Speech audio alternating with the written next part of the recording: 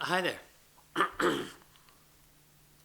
I've been looking back through a few of my earlier videos. This is number 149, I think, in my series on photography. Plus, there's at least another 10 videos, including the couple of extras and a few "Oh dear, it's gear" videos. So, I'm well over 150 videos now. That's a bit of a landmark, but it's also brings one important thing to question. Do I have much more of anything to say? I don't want to be overly repetitive here. I've already repeated in many videos things that I had already discussed in earlier videos. Things like, what's in my camera bag videos and various things about composition and so on. So, where does that leave me now? Well, I could just go on, nagging about gear, or I could go on talking about the importance of composition, but I think everybody, if they're interested enough in that, can go back and look at some of my earlier videos that probably have more information in them and more technical accuracy at the time than I'm going to supply right now. For instance, let's take an old topic that's been beaten to death over the last few years, and that's the old mirrorless versus DSLR argument. At first, of course, that was heavily weighted towards the DSLR, with mirrorless being a bit of a novelty. Nowadays, it seems to be slipping the other way. And what people seem to forget is that both really have a place. If you're going out to buy your first camera, then your intentions for that camera should determine which camera you get. If you are going to be traveling and travel photography is going to be your big thing, then of course lightweight and small size is pretty important these days. I mean, nowadays when you travel, you are limited as to how much you can bring with you. So, in that case, probably some sort of smaller mirrorless system might be your best bet.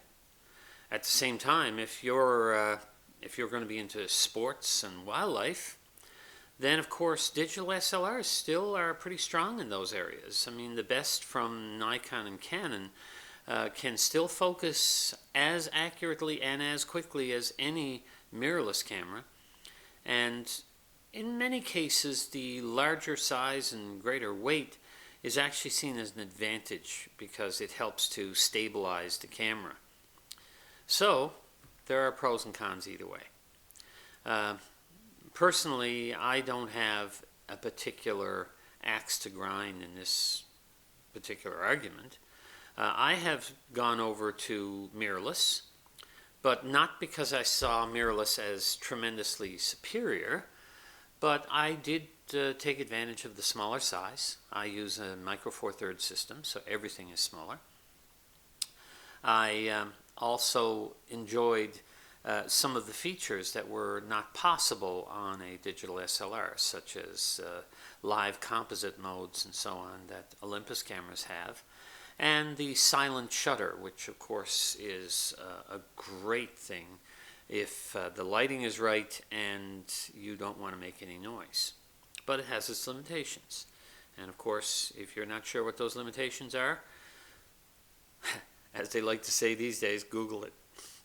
Anyhow, guys, my whole point in making this video is just to remind everyone that there may not be as many videos in future unless I can think of something important enough to say. Then I'm not going to be just making a video in order to produce content. I've tried that, and it failed miserably. I ended up with videos that were not very good.